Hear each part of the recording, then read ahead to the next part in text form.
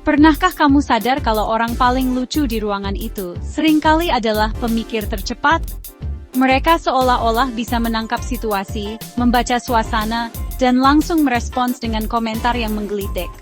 Tidak jarang, mereka juga menjadi pusat perhatian karena kecerdasan dan spontanitasnya. Tapi, apakah ada hubungan nyata antara humor dan kecerdasan? Atau itu cuma stereotip yang berkembang di masyarakat? Apakah benar orang yang lucu pasti lebih pintar, atau ada faktor lain yang berperan? Hari ini, kita akan membahas apa itu humor sebenarnya, bagaimana otak kita memprosesnya, dan kenapa membuat orang tertawa itu lebih dari sekadar trik pesta. Humor ternyata punya peran penting dalam membangun hubungan sosial, dan bahkan bisa menjadi alat komunikasi yang efektif. Sepanjang sejarah, pelawak dan satiris yang cerdas dianggap pengamat yang tajam, menggunakan humor untuk menyampaikan kebenaran kepada penguasa. Mereka seringkali menjadi suara kritis di tengah masyarakat, menyampaikan pesan-pesan penting lewat tawa. Membuat lelukon yang bagus butuh kreativitas, waktu yang tepat, dan pemahaman mendalam tentang orang lain. Proses ini melibatkan kemampuan berpikir cepat, empati, dan kepekaan sosial yang tinggi. Jadi, apakah menjadi lucu itu tanda kejeniusan, atau cuma sifat yang menawan? Atau mungkin, humor adalah kombinasi unik dari kecerdasan, pengalaman, dan kepribadian seseorang. Mari kita selami sains dan psikologi di balik pikiran-pikiran brilian yang membuat kita tertawa, dan temukan apa yang sebenarnya terjadi di otak saat humor muncul. Humor itu bukan cuma tentang bercerita lelucon. Ini proses mental yang kompleks dan melibatkan banyak aspek dalam diri kita. Setiap kali kita tertawa, otak kita bekerja keras memproses informasi, membandingkan pengalaman, dan menilai situasi sosial di sekitar kita. Psikolog bilang humor mengikuti pola yang sudah terprogram di otak kita untuk dinikmati. Bahkan, ada bagian otak khusus yang aktif saat kita menemukan sesuatu lucu, menunjukkan betapa pentingnya humor dalam kehidupan manusia. Teori superioritas menyarankan kita tertawa pada kesalahan orang lain, memanfaatkan kecerdasan sosial dan rasa kebersamaan. Kadang, tawa muncul dari perasaan lebih unggul, atau sekadar merasa terhubung dengan orang lain. Teori inkongruensi bilang humor datang dari hal yang tak terduga. Punchline yang mengejutkan kita, dan membuat otak kita bekerja untuk menghubungkan titik-titik. Semakin tidak sesuai harapan, semakin lucu hasilnya. Ini butuh fleksibilitas kognitif dan berpikir cepat, karena kita harus menyesuaikan diri dengan perubahan situasi secara spontan. Teori pelepasan dari Freud melihat humor sebagai cara untuk melepaskan ketegangan, terutama tentang topik-topik tabu, atau hal-hal yang biasanya sulit dibicarakan secara terbuka. Setiap teori menunjukkan humor adalah campuran dari intelek, emosi, dan kesadaran sosial. Humor memperkuat hubungan dan membantu kita memahami satu sama lain.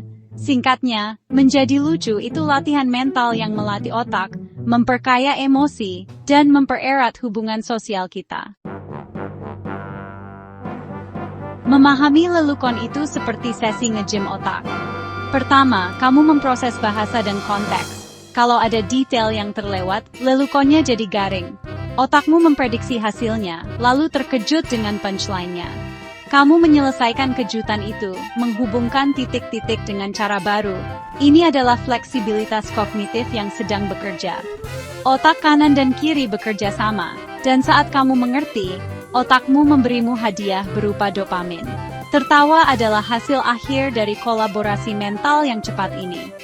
Jadi setiap tawa adalah bukti bahwa otakmu bekerja dengan maksimal. Humor sungguh merupakan tanda pikiran yang tajam dan lincah. Sains mendukung hubungan erat antara humor dan kecerdasan, menunjukkan bahwa tawa bukan hanya reaksi spontan, tapi juga hasil dari proses mental yang kompleks. Studi menunjukkan orang yang mampu menciptakan dan menghargai humor seringkali mendapat skor lebih tinggi pada tes IQ dan kreativitas, bahkan dalam situasi yang menantang sekalipun. Kecerdasan verbal itu kunci. Permainan kata, plesetan, dan bercerita semuanya membutuhkan penguasaan bahasa, imajinasi, serta kemampuan berpikir cepat. Komedian misalnya, sangat baik dalam berpikir divergen, membuat hubungan yang mengejutkan antara ide-ide, dan seringkali mampu mengubah pengalaman sehari-hari menjadi bahan tawa yang cerdas. Humor bukan hanya tentang logika. Ini tentang melihat dunia dari sudut pandang baru, menemukan makna tersembunyi, dan menantang cara berpikir konvensional. Kelincahan mental ini membantu orang memecahkan masalah, menavigasi situasi sosial, membangun koneksi dengan orang lain, dan tentu saja, membuat kita tertawa bersama. Buktinya jelas, selera humor yang baik seringkali menanda pikiran yang cerdas, kreatif, dan terbuka terhadap ide-ide baru. Humor bukan sekadar hiburan, ia adalah bentuk kecerdasan yang memperkaya hidup, mempererat hubungan, dan menstimulasi pikiran. Tidak semua humor itu sama. Psikolog mengidentifikasi 4 gaya humor afiliatif dan self-enhancing, adaptif, serta agresif dan self-defeating, maladaptif. Humor afiliatif membangun hubungan dan meredakan ketegangan. Humor self-enhancing membantu orang mengatasi stres dan tetap optimis. Humor agresif menggunakan sarkasme atau ejekan, seringkali merugikan orang lain. Humor self-defeating merendahkan diri sendiri untuk mendapatkan persetujuan, yang bisa merusak harga diri. Humor yang paling cerdas adalah yang adaptif. Itu menghubungkan, mengangkat semangat, dan menunjukkan kecerdasan emosional. Bagaimana kamu menggunakan humor sama pentingnya dengan lelukonmu dalam menunjukkan isi pikiranmu. Humor itu memanfaatkan lebih dari sekadar IQ. Menurut Multiple Intelligence's Howard Gardner, humor menggabungkan kecerdasan linguistik, interpersonal, dan intrapersonal. Permainan kata dan bercerita membutuhkan penguasaan bahasa. Membaca suasana dan menyesuaikan lelucon menunjukkan keterampilan sosial.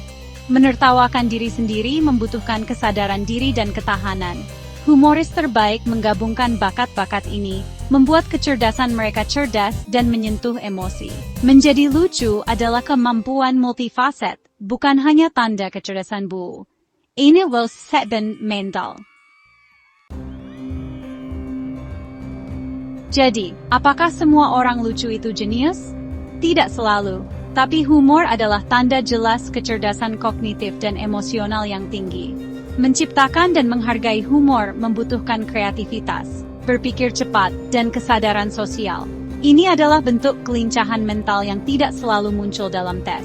Humor membangun hubungan, mengurangi stres, dan menunjukkan pemahaman mendalam tentang orang lain. Selera humor yang baik adalah kekuatan super yang tersembunyi, kreatif, empatik, dan tangguh. Lain kali kamu tertawa, ingatlah kekuatan otak di baliknya.